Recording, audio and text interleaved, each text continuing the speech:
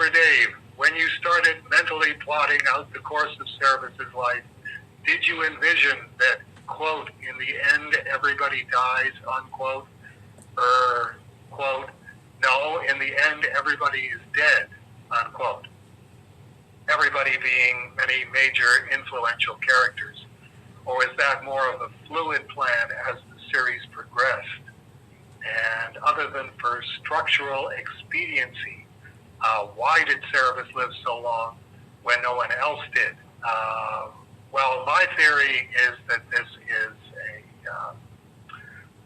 a baked-in quality with aardvarks, that they do live that long, and that Cerebus had a particularly long lifespan, and to have that be discovered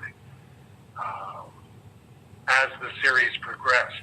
One of the reasons that I used Woody Allen as a major character at the end of the book was because I did have reference for what Woody Allen looked like over a span of 50 or 60 years, and to have Cerebus not really aging at the same pace that Königsberg was, it just seemed to me like a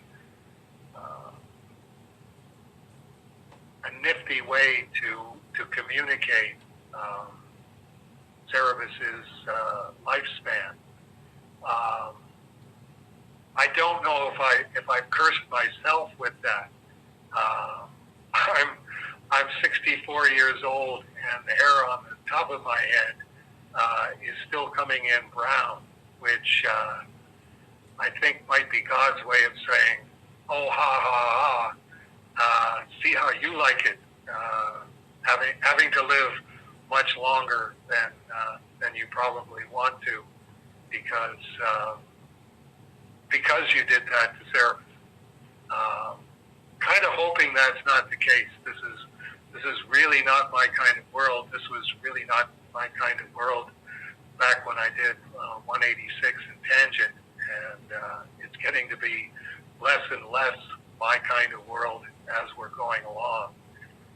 But I think it's very possible that I did curse myself in exactly that way, that by the time I die, 2020 is probably going to look sane, which, I mean, just reckon with that, 2020 being a time you look back on and go, remember when COVID-19 first hit? Wasn't everything just so relaxing and so easy to deal with? It's as opposed to what things are like in, well, I don't know, how long am I going to live? If I live 100 years, that's 2056. If I live 90 years, that's 2046. And that's still a chunk of years from now. Although it'll probably still go pretty fast, because, you know, when I look back at, Margaret sends the 1991 brochure, and it's like 1991 seems like a little while ago. It's 30 years. And, remembering what I did with the 1991 promotion, it boggles my mind to think that that would accelerate, so that if I live another 30 years, if I live to be 94, I'm going to be looking back at COVID-19 and going, it all seems like sort of yesterday, 1991, 2000, 2015, 2020, 2030, 2040. I definitely got my first glimmering of that when Will Eisner bought me dinner for having completed the 300 issues. And I remember him saying, everybody I knew is dead.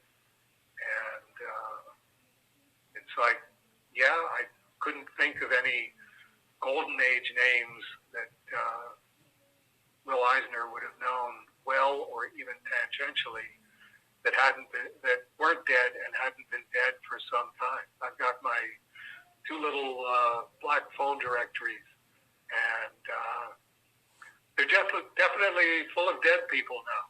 I've never sat down and said, well, maybe go through and put a check mark. Let's see how many people who are in my little black phone directory are dead now. Because that's apt to be at least a little depressing. But definitely I notice it anytime I'm flipping through looking for a phone number. Murphy Anderson's dead. Will Eisner's dead. Archie Goodwin's dead. Marshall Rogers is dead.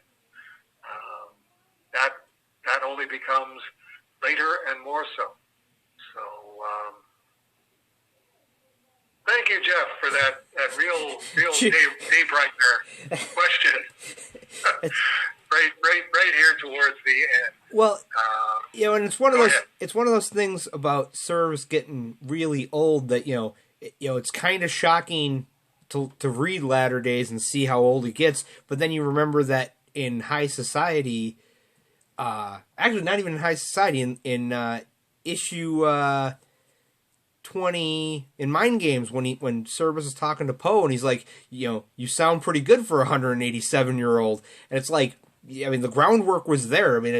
That's one of the fun parts I find in Cerebus is that you didn't cheat. It was one of those, you made the point and we all missed it, and then when you brought it back, it was, oh, wait a minute. This was there all along, yes.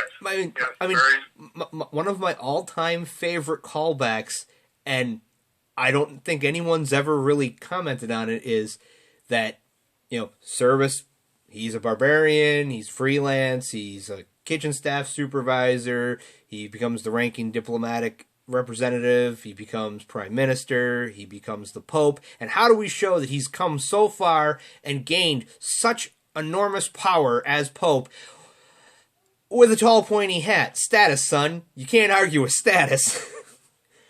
Right. It was one of the I did a post a while back when I was about a really clever callback, and it was it's Cerebus with the hat, and it's the page where he's wearing the hat and he scratches his ear and the hat almost falls off, and then I did the panel of Elrod saying that, going, and I'm like, again, this is the series is just full of these really clever bits that when they first happened, it was okay, that was a funny bit, and then 50 issues later. Yeah, that happens to me as well.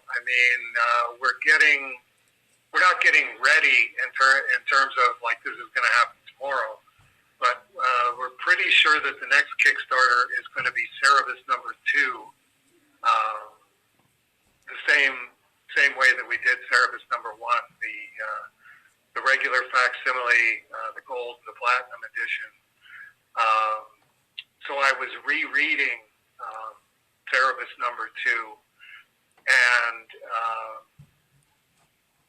I had forgotten about the zombie army that attacks Cerebus after he joins up with the Borealans, and it mentions that they have black blades, and obviously they all have blank eyeballs. And I'm going, wait a minute, that's Elrod 2 issues before Elrod. And I didn't do that consciously. Or I don't think I did that consciously. So that's one of those, whatever this comic art metaphysics is about, it is definitely backwards and forward in time, and coupled with where do you get your ideas? Well, I don't know where that came from. It's why would I do that unconsciously when it makes far more sense that I would do it consciously? Well, that's comic art metaphysics. It's things are being expressed through me that I have no idea of consciously, but which are very significant and completely unconscious level, but only unconscious relative to what I consider consciousness, which is physically incarnated consciousness, which to me is probably closer to a dream state. When you die and you pass on to the next world, I think it's going to be a lot like waking up from dreaming. Dreaming makes a lot of sense when you're dreaming, and as soon as you wake up, you go, how could I have possibly thought that that makes sense? That's not what that house looks like. That's not who that person is. That person's been dead for 5 years, and I was acting as if it was completely normal for them to be alive. I think what we consider a wakeful state here is wakeful in quotation marks. Wait until you actually wake up on